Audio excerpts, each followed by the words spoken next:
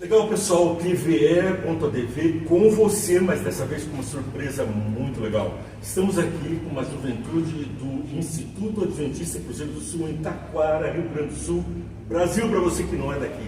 E nós estamos hoje com uma programação linda, porque essas pessoas lindas estão embelezando a nossa telinha. E você é nosso convidado para ficar junto com a gente. TVE.dv. Clica aí, curte e já compartilha, para que outras pessoas possam assistir com a gente. Pois hoje nós vamos estar falando sobre as mensagens de Jesus para você que ainda acredita que ele vai voltar. E para você que não acredita que está perto de ele voltar, assiste aí, você vai ver que tem tudo a ver. Muito bem, nós sempre começamos o nosso programa fazendo uma oração. E eu te convido agora para falarmos com o nosso Deus, para iluminar nossa mente, não é mesmo? Senhor Jesus, é uma bênção que recebemos poder falar das tuas coisas, da Bíblia, das suas mensagens, das suas promessas e da alegria que temos de compartilhar dessas palavras. Abençoa todos que estão aqui participando, para que o Espírito Santo possa participar conosco e que você que está assistindo possa também receber uma bênção especial de Jesus, aquela que você está precisando, aquela que você está querendo, que você está pedindo, e aquela que você precisa acima de tudo. Que Deus te abençoe muito e a nós todos, em nome de Jesus. Amém. Amém. Muito bem, então. Obrigado, Luiz. É um prazer estarmos aqui, eu acredito que por todos. E a lição que a gente estudou essa semana, o título dela é Preparando-se para o Amanhã Hoje. O texto-chave dessa lição, então, está em Mateus 24, 42 ao 44, que diz o seguinte: Portanto, vigiem, porque vocês não sabem em que dia o seu Senhor virá. Contudo, entendam isso: se o dono da casa soubesse a que hora da noite viria o ladrão, ele vigiaria e não permitiria que a sua casa fosse arrombada. Por isso, estejam também preparados, pois não sabem a hora quando o Filho do Homem virá. E seguindo então, essa lição da semana, ela começa com uma interrogativa, e ela nos pergunta: que sentimento a palavra Apocalipse desperta em você? Não sei vocês, mas eu, quando penso em Apocalipse, mais do que simplesmente um medo, um terror, que nós entendemos pelas narrativas que ouvimos, eu entendo também como um alívio. Mas não sei vocês, mas eu gostaria de convidar vocês então para que vocês comentassem também o que desperta em vocês a palavra Apocalipse. Talvez a gente possa começar ali pela Sofia e vir nesse sentido. Então, a palavra Apocalipse é uma palavra que é retratada pela mídia como uma coisa assustadora, como o fim dos tempos, uma coisa desesperadora. Mas Apocalipse, o significado de Apocalipse não é desespero ou fim dos tempos. Apocalipse quer dizer revelação. E na Bíblia a gente tem essa revelação. A gente tem uma mensagem de Deus nos dando meio que spoilers do que ia acontecer nos fins dos tempos. É interessante só pegar o gancho, porque Apocalipse, o primeiro verso de Apocalipse começa assim: revelação de Jesus Cristo para você. É assim que começa o livro de Apocalipse, uma revelação. Vamos falar sobre isso. E é interessante pensar dessa forma, porque nos nossos dias hoje em dia, como a Sofia nos falou, é como se a gente visse o Apocalipse, de acordo com a mídia, como se fosse o fim.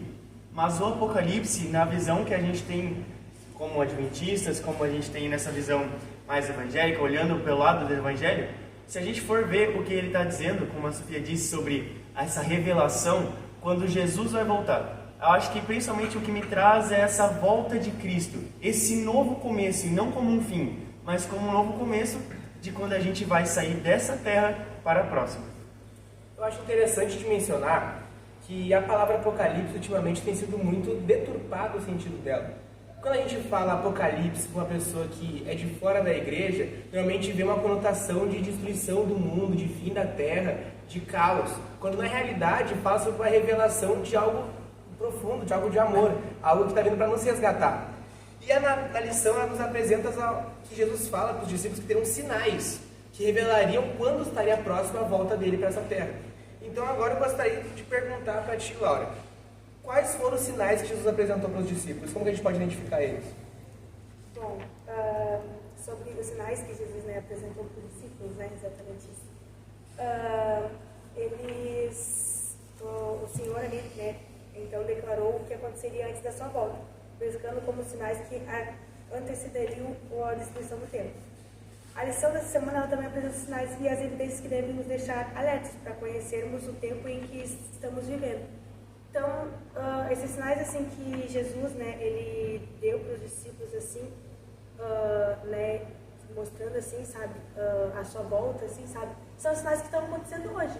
Muitos sinais que estão nos, né, assim, que estão presentes hoje, por exemplo, o amor de muitos esfriaria, né, e isso faz parte do Apocalipse também. Muitas pessoas não mais ajudariam o seu próximo, muitas pessoas, né, não gostariam mais de, enfim, ajudaria mais o próximo, porque o amor de muitos esfriaria. E um dos sinais também é as doenças, as pandemias, que a gente recentemente presenciou uma, né, alguns anos atrás, né, tivemos pandemias, tivemos pessoas morrendo, muitas mortes acontecendo, destruições, né, pessoas ficando doentes. Então isso foi um dos sinais que Jesus apresentou assim, né, que creio também que aconteceu nos tempos de Jesus, que foi os sinais que Jesus tenha dado para os discípulos, né, e que estão acontecendo nos tempos de hoje. E isso mostra, né, mostra um pouco do significado de Apocalipse também. Você quer dizer, Laura, que Jesus era um profeta, ele profetizou 2000 anos atrás o que está acontecendo hoje? Exatamente. Que legal. E essas coisas, elas apontam, né, de fato, como a gente já sabe, para a volta de Cristo. E por muitas vezes, por má atitude de nós, a gente acredita que por essas coisas se apontarem para o retorno de Cristo, nós entendemos então que está mais próximo, e nós nos preocupamos unicamente com o fato, quando Jesus vai voltar, quando o meu eu vai ser salvo. Mas a realidade é que nós não devemos nos preocupar simplesmente quando Jesus vai voltar, mas nós devemos nos preocupar então até quando eu serei fiel, até quando eu devo ser fiel. A gente não deve oferecer a nossa fidelidade a Cristo dependendo do momento que Ele vai voltar, mas a gente deve oferecer a nossa fidelidade a Cristo independente do momento que Ele volte. A gente tem que estar alerta não ao momento, mas alerta às nossas atitudes. Porque se a gente de fato vive uma vida cristã efetivamente, do que a gente vai se preocupar? Por que nós nos preocuparíamos no que diz respeito ao retorno de Cristo, a data do retorno de Cristo, o horário do retorno de Cristo? Porque se nós não temos o que temer, só basta confiar que Jesus em um certo momento vai voltar. Você viu o que a Laura falou? Ela falou de pestes que estão acontecendo. Quer dizer que, como a morte é um sono, pode ser que a peste me atinja, a gente não está longe do que aconteceu, e Jesus volte num piscar de olhos para mim. Ou seja, o meu amanhã pode começar exatamente nesse piscar de olhos, quando eu deixo de existir, morro e acordo quando Jesus estiver voltando. E tem dois tipos de pessoas que vão acordar, né? Uns vão acordar para ver Jesus em glória e majestade, e outros vão acordar para ver Jesus com mais glória e mais majestade e com juízo. Você tem uma oportunidade fabulosa de escolher em qual grupo você quer estar. Os que ressuscitam para ver a glória de Jesus com alegria, e naqueles que perceberam que desperdiçaram a vida e agora estão vendo a volta de Jesus como um juiz para julgar. Sabe, Salomão fala muito sobre essa questão do caráter e como isso vai ser mantido nos tempos do fim. Tanto que as últimas palavras de Salomão que ele escreveu está aqui em Apocalipse, em Eclesiastes, o capítulo 12 e os versos 13 e 14. De tudo que se ouviu, aqui está a conclusão: tema a Deus e obedeça aos seus mandamentos, porque isso é o essencial para o homem. Pois Deus trará a julgamento tudo que foi feito, até mesmo que está escondido, seja bom ou seja mal. Nesse contexto, sendo literalmente uma revelação, eu acho que uma das coisas que tanto pessoas cristãs quanto pessoas que são desse mundo, querendo ou não, é essa levada, o fato de ser tudo revelado, sendo algo bom ou sendo algo ruim. Isso é algo que eu me preocuparia, no caso. Porque se tudo vai ser revelado, tudo eu sendo um homem pecador, um homem mau, caramba, o que eu preciso fazer? Eu preciso melhorar eu como pessoa, como um caráter, sendo alguém mais puro a cada dia mais, para que quando tudo for revelado, eu possa ter uma ficha decente, por assim dizer, entre as pessoas e com Deus também, sabe? Porque realmente se é nosso caráter que a gente vai levar para o céu, que seja um caráter que nós tenhamos, que nós tivemos feito coisas boas, é isso que eu quis dizer. Neto, me conta uma coisa, você está falando que nós temos que ter um currículo bom, temos que ter um caráter legal, uma pessoa boa, para quê?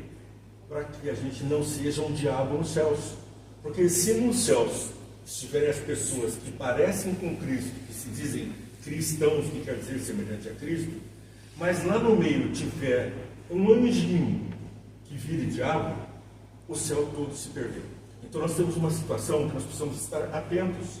Na verdade, o universo nos contempla e nós somos, conforme diz Pedro, sacerdócio eleito. Paulo diz que nós somos um espetáculo para o universo. Nós estamos sendo contemplados por anjos e por seres de outros mundos. E esses seres estão pensando assim: será que esse aí vai ser um bom vizinho para mim? Será que ele vai fazer do céu um lugar melhor? Ele é parecido com Cristo? Aquele anjo caído não tem lugar no céu.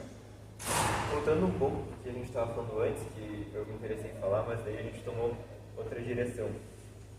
Em relação ao que o Neto falou e também o senhor, mesclando as duas coisas, o Neto falou, né, sobre como nós devemos ter, de certa forma, um currículo no momento de voltar, e o senhor também falou no momento da nossa morte, né, que nós já estamos ali prestes a presenciar a volta de Jesus.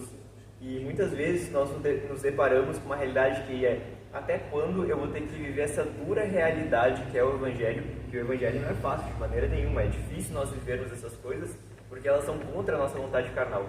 Até quando eu vou ter que viver essas coisas, essas dificuldades, para que Jesus volte? Mas a realidade é que, como o Senhor disse, ninguém espera o retorno de Jesus mais do que uma vida. Então, nós seguimos firmes, esperando simplesmente o tempo de uma vida. A gente não está 2000 anos esperando. Eu, no meu caso, estou há 16 anos esperando. Claro, estou ansioso. 16 anos, embora seja pouca coisa, já estou ansioso para que Jesus volte. Mas, independente das dificuldades, tu nunca vai esperar mais do que efetivamente o tempo de uma vida. E outra coisa também, Dário, é que a lição, ela nos aqui apresenta um livro escrito pelo Espírito de Profecia, que é Ellen White, que é o livro O Libertador, que diz um pouco sobre a volta de Cristo e também menciona coisas que o Lucas está aqui com o livro agora para poder ler a menção aqui para a gente. Então, Lucas, por favor, lê para a gente o que o Espírito de Profecia nos informa sobre. Uma coisa que eu trouxe, pegando um gancho do que estava sendo comentado antes, é sobre o que o Dário falou, sobre essa nossa preparação, sobre esse nosso pensamento sobre o futuro. E se a gente parar para reparar, a lição fala exatamente sobre isso. A lição começa abrindo a ela quando você vê, ela está falando sobre o quê? Sobre os discípulos estarem preocupados com como seria a volta de Jesus, ou como seria quando isso aconteceria. Eles queriam entender, eles queriam perguntar a Jesus: Pai, quando vai ser isto? Qual vai ser o sinal que a gente tem para isso? E Jesus, aqui, dá uma revelação a Ellen White, e ela fala aqui no livro O Libertador um certo trecho que eu vou ler para vocês. Quando Jesus ficou só, Pedro, João, Tiago e André se aproximaram dele e disseram assim: Dize-nos quando acontecerão estas coisas, e qual será o sinal de que tudo isso está prestes a cumprir-se? Cristo não respondeu, falando separadamente da destruição de Jerusalém e do grande dia da sua volta. Ele misturou a descrição dos dois eventos. Se tivessem revelado a seus discípulos os eventos futuros do jeito que ele os via, eles seriam incapazes de suportar toda aquela visão. E foi pela misericórdia de Jesus que ele resumiu essa situação. E a gente vê nesse momento, quando Jesus começa a abordar com os discípulos sobre isso, é aí que entra quando a gente fala sobre as coisas que irão acontecer, como a Laura disse. E a gente também tem, eu acho que em quarta-feira, a gente vai ver alguns tópicos sobre coisas inconsequentemente que vão acontecer. E alguém pode ler isso pra gente? Importante mencionar quarta-feira que esse tópico eu estava pensando já em falar sobre ele, que ele é muito bom. A preocupação dos discípulos em saber quais seriam os últimos sinais é perfeitamente válida, porque se colocando no lugar deles, eles estavam já há 3 anos andando com Jesus, e o momento em que Jesus subiria ao céu, provavelmente é o momento que eles teriam um pouco de medo, porque eles estavam acompanhados do Mestre, eles recebiam diretamente conselhos e informações o tempo todo. E quando Jesus subiu, com certeza eles tiveram um pouco de ansiedade sobre isso. E aqui na lição nos fala o que Jesus falou para eles que aconteceria, então eu vou ler agora esses tópicos para vocês. O primeiro tópico é o seguinte: a pregação do Evangelho a todo mundo. A pregação do Evangelho acontece porque Jesus disse que viria assim que todo mundo soubesse sobre seu amor. E hoje a gente vê diversos projetos missionários de pessoas que estão por aí em todo o mundo, na África, Ásia, na Europa, em todo lugar, pregando a palavra de Deus. O segundo é a união do Espiritismo com o Protestantismo, que as pessoas iriam se unir, aqueles que estivessem, claro, salvos com o Espírito Santo, mas iriam se unir. a aprovação do decreto dominical que começaria a perseguição das pessoas da igreja, Satanás se disfarçaria de Jesus e afirmaria que mudou a lei de Deus. Caem as 7 pragas sobre os que não guardam os mandamentos de Deus e não têm a fé em Jesus. É aprovado o decreto de morte com os que não estão recebendo as pragas.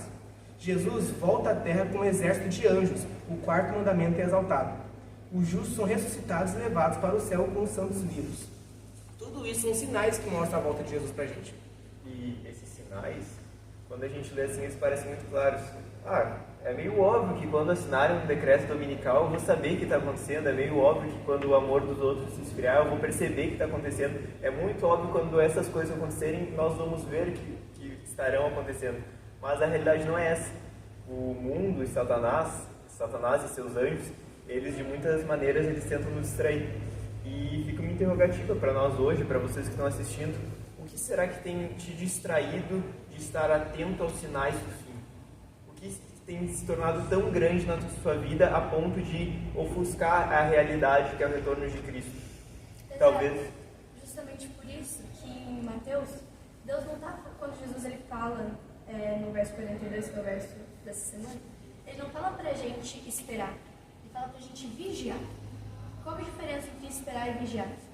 Quando você espera, por exemplo, eu peço uma pizza. Eu pedi a pizza, eu sei que a pizza vai vir, eu fico lá fazendo outras coisas. Eu não sei exatamente quando a pizza vai vir, eu não sei, mas eu sei que ela vai vir. Vigiar é você acompanhar no aplicativo do iFood, você ficar de olho e você esperar na porta, pronta para quando ela vai vir. Isso foi um exemplo bem raso, mas é um exemplo simples de entender. Deus ele nos chama para vigiar, para a gente estar pronto. A gente não sabe quando, a gente nunca vai saber, a gente nunca vai conseguir adivinhar. Mas a gente tem que estar preparado, não só a gente no nosso coração, mas também falando para as outras pessoas. Você vê o que o Arthur falou? O Arthur falou, ele me deu um susto, ele falou que Jesus subiu, eu entendi, sumiu. E aí eu fiquei assim, nossa, mas ele logo caiu a ficha que era subiu. E você está pensando que quando Jesus subiu, ele sumiu? Não, ele disse, não vos deixarei órfãos, deixarei um consolador. O que esse consolador faz? Ele aponta o caminho da justiça e do juízo.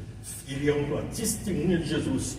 E a gente vê por aí os testemunhas de Jeová, dando um testemunho sobre Jeová, mas nós somos chamados a ser testemunhas de Jesus. Como que a gente pode testemunhar de Jesus? Falando, melhor que falando, vivendo, como ela disse, esperando na porta, estando prontos para a vinda dele, almejando, mas mais que almejando, fazendo com que outros tenham o seu sofrimento amenizado pela nossa atitude, sendo anjos na vida das pessoas. Assim nós já somos cidadãos dos céus. Quando você faz o bem, quando você prega a palavra, você está fazendo a obra do Espírito Santo de convencer do juízo e do pecado. E está fazendo a obra de Jesus que multiplicava o pão e saciava a fome. Seja também um anjo, hein? É tve.dv com você. E a gente vai vivendo essa experiência. Para você curtir, compartilhar, se inscrever já no canal, escreve aí. Vamos ver o que ela vai dizer para nós. Como a Sofia me mencionou, a gente tem que vigiar, né, o tempo todo sobre a volta, né, de Jesus. E a gente percebe isso também, como já foi falado algumas vezes na Bíblia, que Jesus voltará como ladrão, né? E vai ser tipo muito na surpresa, assim, a gente não vai esperar, vai ser num dia comum, né? As coisas acontecerão e a gente vai ser bem surpresa, assim, sabe?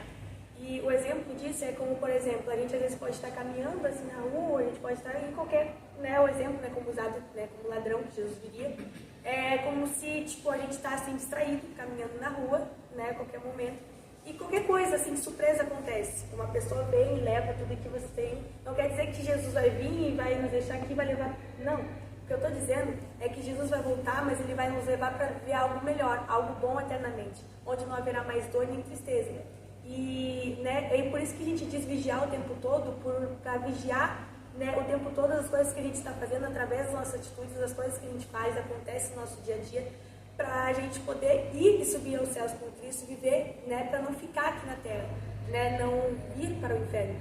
Então a gente tem que vigiar, esse é o sentido da gente sobre vigiar o tempo todo. Eu quero contar uma experiência que eu tive com as minhas amigas, né, e foi ontem isso que aconteceu. A gente começou a ter conflitos muito assim, sabe? Conflitos assim onde a gente estava se entendendo demais, se entendendo muito. E Satanás, ele estava usando isso como uma armadilha para a gente poder se afastar uma das outras e a gente acabar, né, tipo, tendo nossos conflitos e acabar, né, a gente perdendo a nossa amizade e não conseguindo, né, falar mais de Jesus umas para as outras, assim como a gente fala, né, umas para as outras.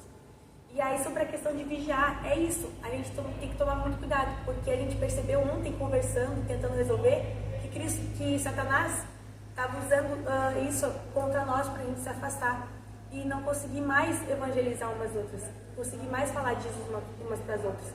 Então, às vezes, as pequenas coisas que você faz à sua volta, com seus amigos, os entendimentos que você tem às vezes, é Satanás usando isso como armadilha para você se afastar e não conseguir mais pregar o evangelho da mesma maneira. E ele usa essas pequenas coisas para você não conseguir pregar o evangelho, como o Arthur aqui disse para nós. Então, ele vai usar isso de diversas maneiras contra você, contra os seus amigos, para você não conseguir mais pregar o evangelho. E isso é por isso que a gente fala aqui, né, sobre vigiar. Vigiar o tempo todo, porque Satanás ele vai estar ali o tempo todo te tentando e ele não cansa. E ele usa, assim, armadilhas, ele usa, assim, várias coisas contra nós que a gente não consegue nem imaginar. E é por isso que a gente tem que estar o tempo todo também em constante oração.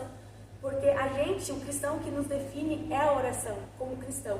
Porque a gente fala com Cristo. E através da oração isso nos fortalece. E através da oração a gente também consegue ter uma visão melhor das coisas, porque Deus está ali nos dando sabedoria para isso. E sobre vigiar também, porque a gente consegue ter uma visão ampla também sobre oração, através da oração, o que significa também Apocalipse, como a gente está falando aqui para vocês. E é isso que eu quero, né, deixar aqui para vocês. É sobre vigiar e sobre orar também. E prestar atenção em cada coisinha que você faz, porque Satanás vai usar cada das coisinhas pequenas, que você nem percebe, para você criar um grande conflito entre você, seus amigos e familiares também. Eu acho que o baita perigo que a gente corre como cristãos é o perigo de entrar em conformidade com a volta de Jesus. Pensando assim, Jesus um dia volta, né, cara? Mas, por agora vamos estender os pés para cima, vamos relaxar, vamos curtir um pouco. E como isso é perigoso, cara? A gente não vê, sabe? Porque estar com a guarda alta, deixar igual um soldado numa trincheira de uma guerra. O cara precisa dormir, ele precisa descansar, ele precisa fazer outras coisas. Mas a qualquer momento as coisas podem acontecer lá em cima. E o cara precisa estar preparado. E é um gasto de energia, é um foco, é um gasto mesmo que a gente precisa ter a todo momento, sabe? E, isso cansa demais, sabe? E nós como cristãos, é uma tentação muito grande que a gente sofre de a gente se acalmar um pouco, abaixar um pouco a guarda, sabe? Porque é confortável a gente não querer, né, se preparar para isso, mas que a gente consiga, sabe? Porque é realmente complicado, sabe? E a tendência é ficar cada vez mais difícil, né, Neto? E acho que a maioria de vocês já deve ter ouvido alguma vez falar sobre o termo spoiler, né? E já puxando para sexta-feira, né, ali, o último dia da nossa lição, ela fala um pouco sobre como normalmente a gente não gosta, né? Spoiler é tu dar o final, talvez às vezes de uma série, de um filme que a gente está assistindo, e tu fala o que vai acontecer, e daí tira a graça muitas vezes da série, do filme que a gente está assistindo, né? Mas o Apocalipse, ele não é nada mais do que isso, de certa forma. Ele é um spoiler dos tempos do fim, um spoiler do retorno de Jesus, só que ao invés de não gostar, a gente gosta, né? Com certeza, porque retrata aquilo que a gente espera a nossa vida toda, que então é o retorno de Jesus, que como a Laura disse antes, né? Certamente vai ser maravilhoso, a gente vai ter um lugar maravilhoso no céu para morarmos, então, após esse Apocalipse que a Bíblia nos conta e nos revela, né? Eu quero ler aqui uma frasezinha que diz em sexta-feira, que ela é muito interessante, que a melhor maneira de se preparar para a vinda de Cristo é nunca se esquecer da presença de Cristo. Então, quando você estiver vivendo ali a sua vida, você estiver com seus amigos, né, a melhor maneira de se preparar para a vinda de Cristo é nunca esquecer da presença dele na sua vida. Porque às vezes, né, uma coisa que a gente, jovens e pessoas adultas, qualquer pessoa que está ali, que é cristão, às vezes a gente acaba não sentindo a presença de Cristo muitas vezes, porque a gente cria na nossa cabeça que a gente acha que a presença de Cristo ela se baseia por arrepios, né, como foi falado para nós nesses últimos cursos que a gente teve. Às vezes a presença de Cristo ela é baseada e é criada muitas vezes na cabeça das pessoas através de arrepios, choros e emoções e grandes coisas, milagres acontecendo. E aí a gente acaba criando na nossa cabeça que Cristo está ali com a gente e que a gente só acha que Cristo está nesses momentos quando isso acontece, quando a gente sente um arrepio, quando a gente, né? E aí a gente acaba achando que Cristo está ali só nesses momentos, quando a gente sente. Só que Cristo também está nos momentos no qual a gente é silencioso. Tipo, tá tudo em silêncio. E aí Cristo se faz presente nas pequenas coisas, nos pequenos detalhes. Cristo está ali. Então, a melhor maneira de se preparar para a vida dele é nunca esquecer da presença dele. Apesar que você esteja no mínimo silêncio, no silêncio absoluto, você deve lembrar e ter fé o suficiente para saber que Cristo está ali com você. E que ele está ali no silêncio. E que por mais que a gente não perceba, você tendo fé, você vai saber e ter a certeza de que Cristo está ali. E isso é a melhor maneira de você se preparar para a vinda dele. Laura, quando você estava falando sobre vigilância, eu lembrei que no livro Libertador, que está com o Lucas, tem uma passagem muito legal sobre isso. Você lembra? É bem interessante o que você disse isso sobre vigilância e preparação, porque eu tenho certeza que você que está em casa e como a gente aqui, a gente tem um certo medo. Quando Jesus virá? E como a gente estava falando na lição, aqui e no Libertador também, Jesus não quer que a gente tenha esse medo, mas Ele nos dá algumas coisas para nos dizer sobre o que a gente poderia fazer e também como a gente poderia se preparar. Então eu vou ler aqui para vocês terem uma noção.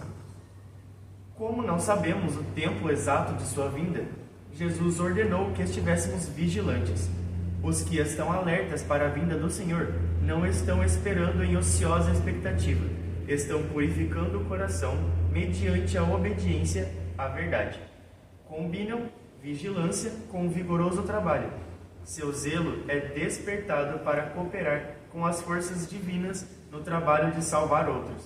Eles estão declarando a verdade, que tem aplicação especial para este tempo. Como Enoque, Noé, Abraão e Moisés proclamaram a verdade para o seu tempo, também os servos de Cristo hoje darão a especial advertência para a sua geração. Lucas, deixa eu ver se eu entendi direito. Você falou que nós estamos cooperando para salvar pessoas? Exatamente. Então quer dizer que você, quando faz a obra do Senhor, fala das coisas de Deus, vive como Jesus, você é um cristão não só por parecer com Deus, mas você se torna salvador de outros. Você percebe que a missão é a mesma? Nós estamos envolvidos na mesma missão de Jesus, a mesma missão dos céus, a missão que foi confiada a nós mais do que aos anjos. Os anjos queriam fazer o trabalho que você está sendo convidado a fazer. Nós todos estamos como cidadãos dos céus antecipadamente. Nós já estamos vivendo como quem vive nos céus. Uma coisa que eu acho interessante é como único a gente é na hora de trazer uma pessoa para mais perto de Cristo. Um cenário que eu gosto de pensar é a capacidade que eu tenho, por exemplo, numa situação. Eu vou lá, eu faço uma pregação, eu faço um bagulho tri assim, sabe? Mas não atinge uma pessoa que, tipo, gostaria que atingisse aquele cara ali. Mas não atinge. E se fosse qualquer outra pessoa, que não fosse eu, e falasse exatamente o que eu falei, ela seria atingida, sabe? E isso eu vejo como uma baita tentação pra gente pensar assim, pra nossa autoestima descer. Pra gente pensar assim, eu não consegui, cara. Eu não consegui. Como é difícil a gente perceber o nosso valor, a diferença que a gente faz no mundo. Porque, cara, eu sou só um guri, mano. Eu sou só mais um. O que eu vou fazer? O que eu faço? A vida, que vidas que eu mudo nesse mundo, sabe? É muito difícil de pensar que a gente... Porque eu acredito, assim, fazendo a conta, assim, eu mudei a vida de provavelmente 3 pessoas. Eu diria meus pais e minha namorada, talvez. De resto, assim, eu acredito que eu não faço a diferença, mas eu não tenho essa noção. Não cabe a mim julgar aqui quanto eu peso na vida de uma pessoa, sabe? Se eu não tivesse aqui do lado do meu amigo, o Anderson aqui, se ele nunca tivesse me conhecido, o que seria do Anderson? Eu não sei dizer, sabe? Não cabe a mim julgar isso. Isso é bonito, sabe? É bonito a gente perceber que se não tivesse pessoas que estão aqui hoje, talvez uma pessoa que estivesse assistindo não seria afetada, não seria tocada do jeito que, com a formação que a gente está hoje, a gente toca, sabe? Neto, me conta uma coisa. Você está falando aí sobre salvar pessoas que você contou 3, mas você sabe se salvou mais gente? Vamos pensar um pouco. Eu acredito, eu tenho a fé, pelo menos, que eu tenha salvado, que eu tenha mostrado o amor de Jesus para mais gente, mas é difícil ver, sabe, se realmente eu fiz a diferença na vida dessa pessoa. Isso é uma tentação, sabe? Isso é um ataque do inimigo pra gente, sabe? Pra gente pensar que a gente não muda, que a gente não influencia, que a gente não traz um contraste, não vira a chave na cabeça. Será que um morto pode converter? Ele vai pensar Paulo, Pedro, Tiago, olha, pelos escritos. até hoje, eles morreram 2000 anos atrás, estão salvando pessoas. E a gente pensa assim, Martinho Lutero, João Hus, eu estou ou afastando pessoas por mau exemplo ou atraindo pessoas. Então tem aquele adesivinho da igreja adventista, né? Eu estou há horas com ele comprado para pôr no meu carro e fico pensando, quem me vir dirigindo com esse adesivo aí vai vir para a igreja ou vai falar mal da igreja? Quem me olhar vivendo vai ver que eu tenho um brilho de Jesus. Uma vez aconteceu uma coisa muito legal, eu nem gosto de falar, mas com você me senti à vontade. Eu entrei numa favela, estava com o pneu furado do carro, estava indo no borracheiro e veio uma menininha com um menino correndo, bem carentes, e olharam assim, sorridentes para mim e falaram, moço, você é Jesus? Sabe que isso me chocou tanto, até hoje. E aí eu pude dizer para ela assim, eu não sou Jesus, mas eu sou amigo dele, e eu vou dizer para ele o que você falar para mim. Então a gente pode salvar pessoas simplesmente porque elas estão olhando para nós e estão pensando que a gente é Jesus. Isso que o senhor falou, eu acho muito interessante também, que nós como cristãos, nós temos uma responsabilidade muito grande, que é mostrar o cristianismo através das nossas atitudes. E tem uma frase que eu gosto muito, que pelo menos 90% das vezes que eu prego, eu sempre digo ela, que é: você será a única Bíblia que muitas pessoas lerão. Então, antes de fazer qualquer coisa, pense nas suas atitudes, porque elas vão ser o único, muitas vezes, pingo de evangelho que essas pessoas vão poder botar na boca e saborear o que é o verdadeiro amor de Deus, o que é o verdadeiro evangelho. E também, eu acho interessante que a gente está o tempo todo levando pessoas a Cristo ou não. O tempo todo a gente está influenciando alguém espiritualmente. Só que a gente tem que decidir se a gente quer influenciar essa pessoa para mais perto de Deus ou para mais longe. O tempo todo essa é uma batalha. Aqui na lição, fala o seguinte, fala que a vinda de Jesus será o último elo da corrente da história dessa terra. Ao longo de toda a história que teve na terra, a terra começou com uma história bonita, uma história sem pecado. Mas em um momento a gente caiu. No momento do pecado começou a fazer parte da nossa carne, parte do nosso pensamento, parte da nossa vivência. E a gente começou a influenciar pessoas para a maldade. No tempo de Noé, a maldade era tanta que Deus não viu outro caminho a não ser ter que trazer o dilúvio. E hoje a gente está chegando no mesmo nível, no nível em que terá que separar as pessoas que são salvas e assim poder ter a volta de Jesus com aqueles já separados. A gente tem que pregar o evangelho não só com palavras, não só com cantos ou não só com ações por aí, mas também com mais que isso, nossas atitudes. O jeito que a gente se comporta num lugar público, o jeito que a gente fala para alguém, e não estou nem falando de falar no sentido de pregar em algum lugar, de falar normal, uma conversa. Tudo isso já pode ser um sinal de que tu é um seguidor de Cristo e como que Cristo realmente muda alguém com o amor dele. O tempo todo a gente tem que estar presente pensando, será que eu estou sendo hoje um servo de Deus ou uma ferramenta de Satanás? É interessante falar que muitas pessoas, né, a gente, por exemplo, a gente acaba se sentindo muitas vezes incapacitado de pregar o evangelho. Né? A gente acha assim, mas eu não sou uma pessoa suficiente, eu não sou um grande pastor para pregar o evangelho, eu não sou uma grande pessoa, um grande profeta como Pedro, ou como os outros discípulos, né, foram. Não sou uma grande pessoa assim para pregar o evangelho, eu não me sinto capacitado. Mas para pensar, Deus, Ele escolheu a gente, nós seres humanos, para pregar o evangelho. Como, né, diz o irmão, ele falou sobre que os anjos gostariam de estar fazendo o nosso trabalho. Mas Cristo, né, Jesus, Deus, escolheu a gente para estar fazendo esse trabalho, pregando o evangelho. Então, para e pensa. Se Deus escolheu você, é porque Ele sabe que você tem capacidade. É porque Ele sabe que você tem potencial para fazer e pregar o evangelho. Entendeu? E Ele te capacita. Por exemplo, Pedro era uma pessoa totalmente alterada, uma pessoa que não sabia conversar, resolvia as coisas, né, à base de... enfim. Então, Jesus, né, transformou a vida dele e deu potencial para ele para pregar o evangelho. Hoje ele se tornou um grande discípulo, escreveu ali o livro, deixou grandes escritos e ensinamentos para a gente. Então, o que eu quero te dizer e deixar a mensagem aqui para você é que não se sinta incapacitado para pregar o evangelho. Não se sinta uma pessoa, mas porque não tem potencial, porque Deus não me escolheu. Não, Ele fez muito pelo contrário.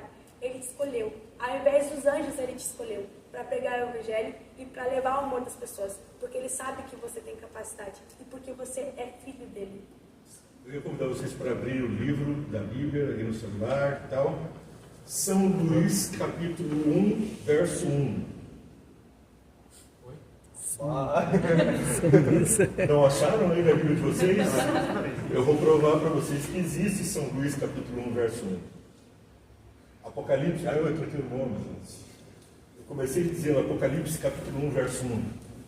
Revelação de Jesus Cristo que Deus lhe deu para mostrar aos seus servos o que em breve há de acontecer. Ele enviou o seu anjo. São Luís, agora brincadeira, né? Ele enviou o seu anjo para torná-la conhecida, Ou seja, você, eu, nós somos um anjo, como uma Bíblia para as pessoas, para que elas possam encontrar o caminho da revelação de Jesus Cristo. Quando? Agora, nos últimos dias. Falamos dos sinais da volta de Jesus e agora não tem dúvida. Nós somos o anjo do Apocalipse, um deles, né? A Laura e o Neto tocaram num assunto muito relevante, que é a nossa insignificância. A gente não é nada. Nós somos pecadores, nós somos os piores seres existentes na face do universo. E mesmo assim, Deus nos escolheu. Qual que é a lógica disso? Por que Deus vai querer que eu ajude ele? Ele não precisa da minha ajuda. Deus, ele não precisa da gente, mas ele nos ama tanto que ele nos deu a possibilidade de ser Jesus na vida de outras pessoas. Da primeira vez que eu ouvi essa frase, ser Jesus na vida de outra pessoa, eu fiquei meio confusa. Mas como o Senhor disse no começo dessa conversa que a gente está tendo, Paulo fala que nós somos chamados, nós somos geração eleita como sacerdotes. O sacerdote, um dos papéis do sacerdote é ele ser Jesus para as outras pessoas. É ele mostrar o que é o amor de Deus. É ele mostrar, ele ser uma prova viva de o que Jesus faz na vida de outras pessoas. E não importa a sua idade, não importa de onde você veio, não importa o que você passou. Jesus, ele te perdoou e ele te transformou e ele está te dando a oportunidade de ser transformado. Para você poder ser Jesus na vida de outras pessoas. Não existe honra maior do que poder representar o Criador do Universo, um Pai de amor que morreu por você e está dando a oportunidade para todos nós de viver coisas extraordinárias.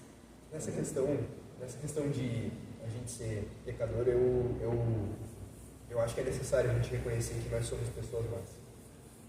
E o nosso esforço aqui é quase que em vão nessa terra.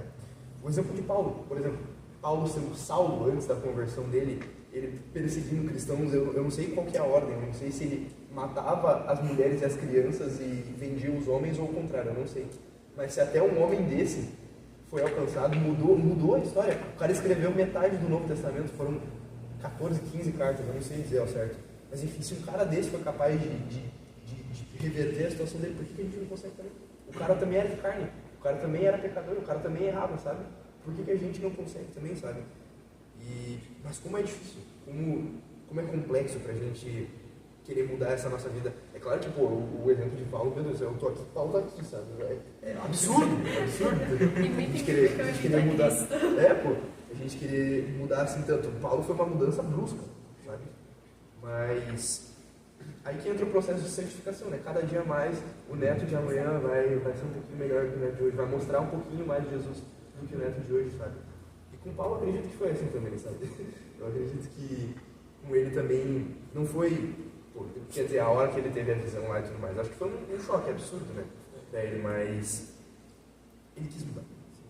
E ainda nesse verso, mas puxando para o outro lado, Paulo, como tu disse, né, ele era um grande perseguidor, era uma pessoa que, antes da conversão dele, dá para se dizer que ele era uma pessoa terrível, era uma pessoa temida, e depois se tornou então um grande pregador, escreveu aí, acredito que mais da metade dos livros do Novo Testamento, né? E ainda assim, se eu falar de Paulo para ti, tu vai pensar no apóstolo e não no perseguidor. E isso nos tira uma lição muito interessante também, como eu disse, puxando por outro lado, tu não é condenado pelas coisas que tu fez anteriormente na tua vida. Todos os dias Deus te dá uma nova oportunidade. Assim como Paulo, que o passado dele foi apagado, ele foi retratado agora como um apóstolo, você não é mais ser tratado como um pecador, mas sim como um filho. E é muito importante a gente lembrar disso, é uma lição muito importante que a gente pode tirar da história de Paulo também. Um tema que foi abordado aqui, que eu acho muito interessante, é o nosso tamanho em relação a anjos, em relação a outros seres sem ser pecaminosos como nós. Nós somos muito pequenos. E os anjos com certeza conseguiriam fazer um trabalho em muito maior escala, em pregação, em muito maior força. Só de, acredito, só uma pessoa que não crê em nada, que crê que tudo é ciência, ver algo de luz voando, falando sobre outras coisas, provavelmente seria algo enorme. Mas Deus nos escolhe para pregar o Evangelho para que a gente possa construir um caráter baseado no dele. Para que a gente possa, pregando e ensinando as pessoas, a gente possa construir em nós um caráter de Cristo. Ensinar as pessoas sobre o amor de Cristo, ser Bíblia, ser Cristo na vida de uma pessoa, não é simplesmente uma tarefa que nos foi designada que a gente tem que servir. Também é parte da construção do nosso ser. É uma parte que a gente tem que passar para que a gente possa chegar no céu entendendo o que é aquilo. Imagina chegar no céu sem tu entender nada. Tu simplesmente chega alguém, um outro ser e fala, não, tu é uma pessoa boa. Não vai ter nada que tu fazer lá. Tu entendeu qual é o propósito. Então, pregar o Evangelho também está em a gente construir um caráter de Cristo na gente. Agora o Lucas vai comentar um tópico importante para essa parte. É interessante, dentro do que você disse, esse processo de Jesus estar com a gente, estar nos purificando e nos dar essa oportunidade da gente pregar. Então, uma pergunta que eu faço para vocês aí de casa. Vocês têm sido a pessoa que está pregando ou você tem sido a pessoa que está recebendo? Claro, os dois pontos são muito importantes. Como nós aqui estamos sendo pessoas que estamos falando para vocês, nós estamos recebendo de nós mesmos daqui também. Mas eu queria deixar esse desafio para você. Que você possa ser essa pessoa que possa pregar, que possa falar aos outros e que seja essa pessoa que dê a luz a outras pessoas.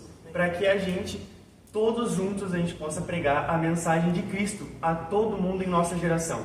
Como dissemos aqui, Deus nos deu a oportunidade de nos purificarmos.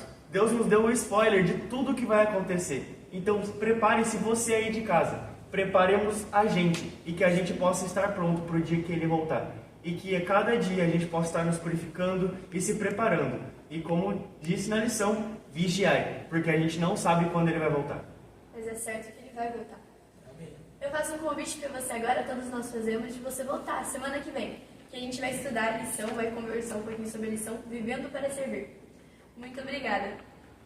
Não se esqueça, curta, compartilhe e fique com a gente, tve.tv, diariamente com você. Um abraço. Um abraço para vocês, pessoal. Onde é que dá para ver? Muito gostoso com vocês, de verdade. Aí, ó, eu sou muito tenso. Caraca! A última coisa que você falou. Meu pai fez assim, ó. Foi muito bom. Gente, foi ótimo. Foi uma coisa improvisada.